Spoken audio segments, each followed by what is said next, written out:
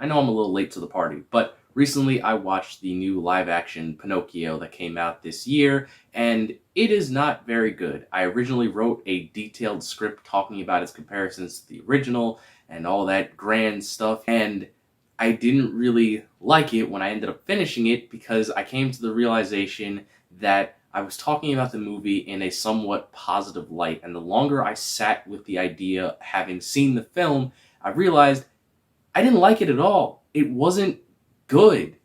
Like, so many of the elements in the movie are just completely pointless, but I think the biggest issue with the movie is on top of being a poor adaptation, it's a bad film because it doesn't understand its own thematic message. Now, Pinocchio 2022 and Pinocchio 1940 have the exact same message. It is the story of a puppet boy learning to be a good person to become a real boy. That is the message. The story of someone becoming a good person. That's simple, that's fine, it works. However, the biggest flaw that this new movie has is that Pinocchio is a static character. From the beginning of the movie to the end of the movie, he doesn't learn a single lesson. He is the same person from beginning to end.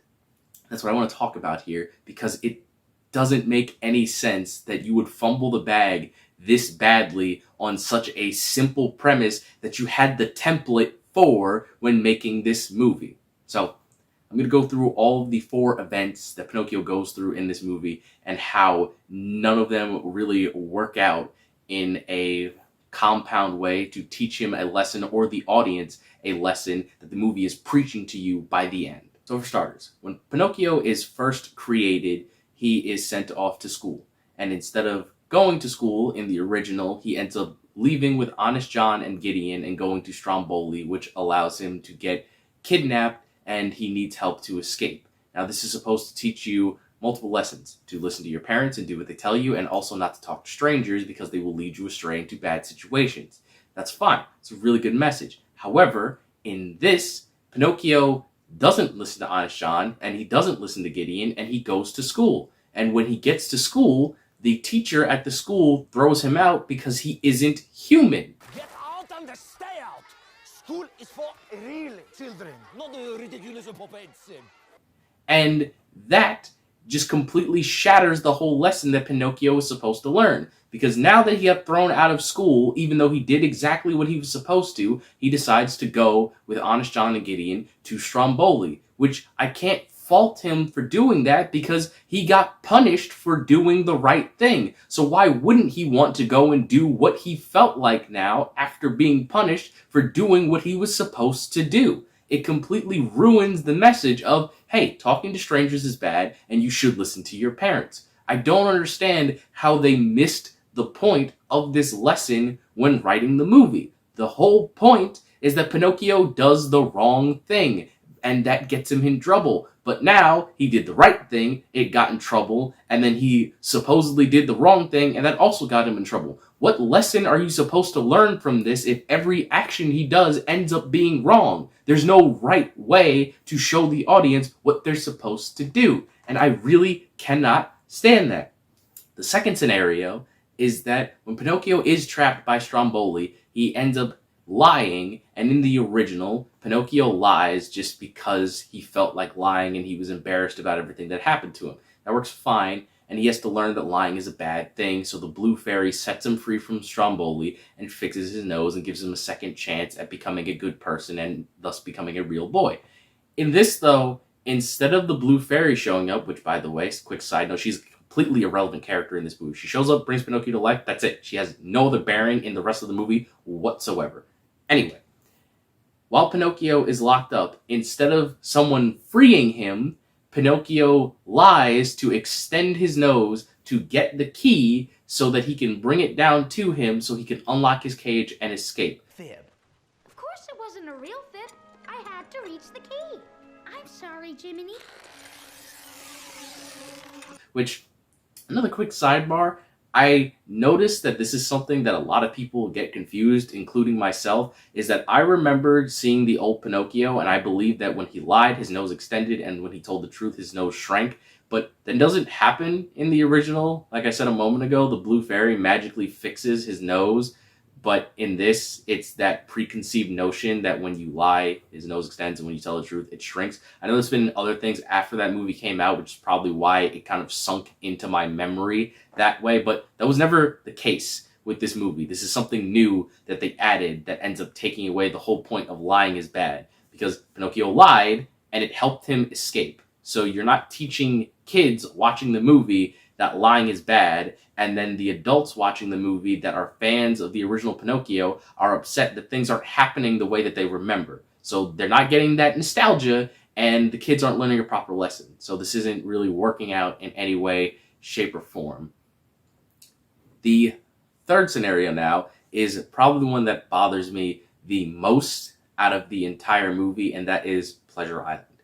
In the original, Pleasure Island is this really, really effed up place. It is like a rundown island where they send kids to just wreak havoc and have fun. They're drinking alcohol, they're smoking cigars, they're just destroying everything, because the whole point of it, it's supposed to teach kids to not be a jackass. Because while the kids are doing all this stuff, they end up literally turning into donkeys. They become jackasses. That is the thesis of this part of the movie. Give a bad boy enough rope and he'll soon make a jackass of himself. And that is what happens. So Pinocchio, when he originally goes, he wants to go to Pleasure Island. He goes of his own volition. And then he's having fun. He's breaking stuff. He's drinking alcohol. He's taking cigars. He's playing pool. He's doing all of these bad things. And then he doesn't listen to Jiminy, which causes Jiminy to be angry with him and storm off. And then Pinocchio starts turning into a jackass. And that was great, because it said, look, kids, if you're a bad kid, you will face repercussions. Do not drink underage, don't do cigars, don't gamble, don't be a bad person, etc. In this new one, Pinocchio does not want to go to Pleasure Island.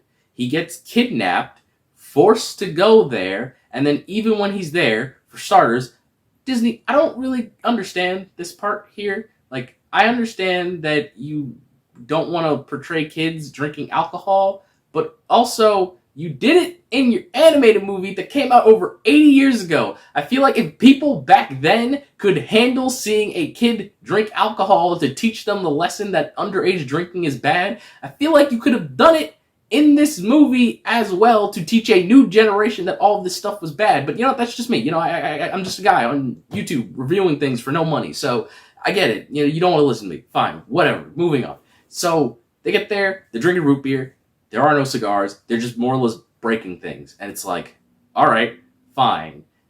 But Pinocchio doesn't do that. He barely drinks any of the root beer, he doesn't get disoriented, he's not smoking the cigars. Like, there's literally a scene in the old one where Pinocchio takes a hit of the cigar and it literally makes him sick because he doesn't know how to smoke properly. So he ends up like inhaling and swallowing all of it instead of puffing it out. And it's funny, and it teaches you that lesson again. But in this one, Pinocchio didn't want to go there in the first place. He was kidnapped. He doesn't want to be there while he's there. He doesn't break anything while he's there. Yet, he still turns into a jackass. Why? He didn't do anything wrong. He was forced there, and he didn't partake in any of the bad things. So why is he being punished again for not doing what he's supposed to? It doesn't make any sense. Like, he doesn't do what all of the bad kids are doing, yet he's still punished the same way as all of the bad kids. And then him and Jiminy have to escape just like they do in the original. There's no thematic message there anymore. And last but not least, we have Monstro. Originally, Pinocchio finds out that Geppetto left to go search for him because he had been gone the whole movie because it was his fault. Pinocchio originally left and did everything of his own volition. He went to Stromboli on his own. He went to Pleasure Island on his own. He was the cause of Geppetto's concern and him leaving to go find him. But now, none of this was his fault.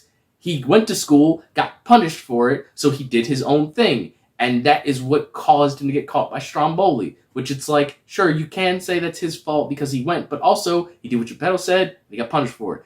Then he got kidnapped, taken to Pleasure Island, which, again, is not his fault. So, Geppetto's concern and you as the audience feeling that Pinocchio was in the wrong because he caused this turmoil in his parent, you don't feel it anymore because it's like, well, it wasn't his fault. A bunch of stuff happened to him that he didn't plan on happening, that shouldn't have happened, but it did. So you just don't feel the thematic and emotional impact in this sequence. So then he goes off to go and find Geppetto. And originally, Geppetto had been eaten by Monstro, which again exemplified Pinocchio feeling guilty for Geppetto getting hurt because of what he did. But you don't feel that anymore because he finds Geppetto and he's just fine. Then they both get eaten by Monstro. And originally, this scene I really liked. At the beginning of the animated movie, Pinocchio sets his finger on fire because he's made of wood and he thinks it's cool. And Geppetto's like, no, you can't do that. There's like a comedic scene where like Geppetto's trying to put out the fire on Pinocchio's hand. He warns him about starting a fire. So Pinocchio knows the fires are bad because they cause trouble, and he puts it out in the fish bowl, which causes the fish to start coughing and sneezing, which is very important to the end of the movie. Now when they're trapped in Monstro, Pinocchio goes in there, and he remembers what happened when he set his finger on fire at the beginning of the movie. So then he comes up with the idea that they start a fire to cause Monstro to spit them out, which was smart. It was good writing. In this one, though, Pinocchio accidentally set his shoes on fire while doing the performance for Stromboli, and Stromboli put the fire out, and it's like, okay. And then he decides to do the same thing when they're in Monstro to have them spit him out. But, like, there's no through line there that it would happen. So, me thinking about it, it's like, okay, Pinocchio learned to start a fire by dancing. But where's the connection that by starting a fire, it will cause Monstro to spit them out? There is no connection there whatsoever. So the whole point of this, of Pinocchio learning from his mistakes and being able to utilize it to help them escape, is completely gone. And that's just wrong to me. And then, you know, obviously the end of the movie, and this is just, I'm done talking about the four main things now. This is just a little bit extra. This part really irritated me.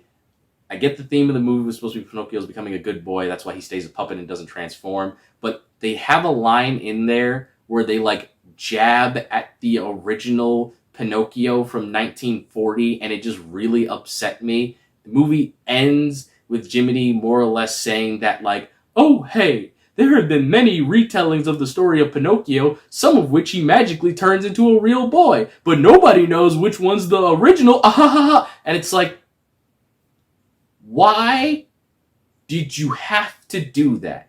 People still love and care about the original Pinocchio. That's the whole purpose of them watching this movie to begin with, for the most part. I'm sure there are some parents and kids that have never seen Pinocchio that just watch this movie, but the majority of the people that are watching this movie, and the reason you definitely made it in the first place, is because you wanted to capitalize on that nostalgia.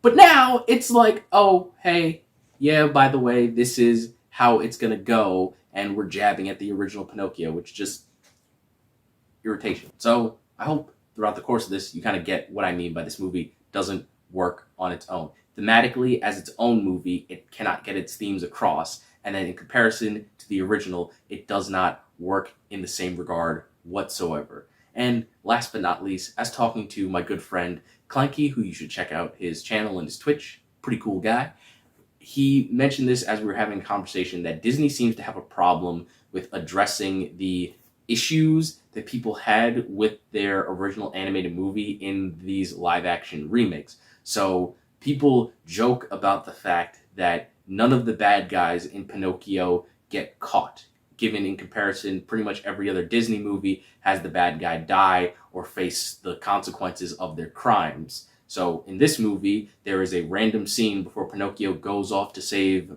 his dad from Monstro, where he's told that Stromboli got arrested, and it doesn't affect the plot in any way, shape, or form. And it's like, why is this here? This doesn't do anything for the story. The same thing with, like, Pinocchio's nose growing. It's kind of ingrained in pop culture that when Pinocchio lies, his nose grows, and when he tells the truth, it shrinks. However, again, that wasn't a part of the original animated movie, but is in this one because it feels like, you know, people know it that way. So that's why we have to make it this way now. And It's just extremely odd to me that they kind of went in this direction with it. I don't really understand it whatsoever. I didn't like this movie. I really didn't. I kind of hoped that I would, because when I saw the trailer for it, it looked better than Mulan and the other movies, like Lion King and stuff like that. I was like, cool, this looks like they put some effort into it. I like the visuals. I like Tom Hanks. He's a good actor. So we'll see how this live action remake takes place, and it fails on like every format. I'm sure if you're someone who's never seen Pinocchio before, you'll watch it and you'll probably enjoy it. You'll either think it's mid or you'll really like it, but I can guarantee it will not land the same way. If you watch that and then watch the original from 1940, you will enjoy that one vastly more. So I cannot in good conscience recommend that you watch this movie. So in conclusion, Pinocchio 2022 would have to be a disappointment for me. I really hoped it would have been good, and Disney's going to keep making way more remakes. I recently looked at their list of upcoming remakes, and good God, there are so many more that they're in production making. So, great. Anyway, that'll be the end of this video. So I hope you enjoyed it and made it to the end. Like, comment, subscribe, all that YouTuber nonsense. And remember, folks, I'm the innocent villain, and you're innocent until proven villainous. So I'll catch you in the next one.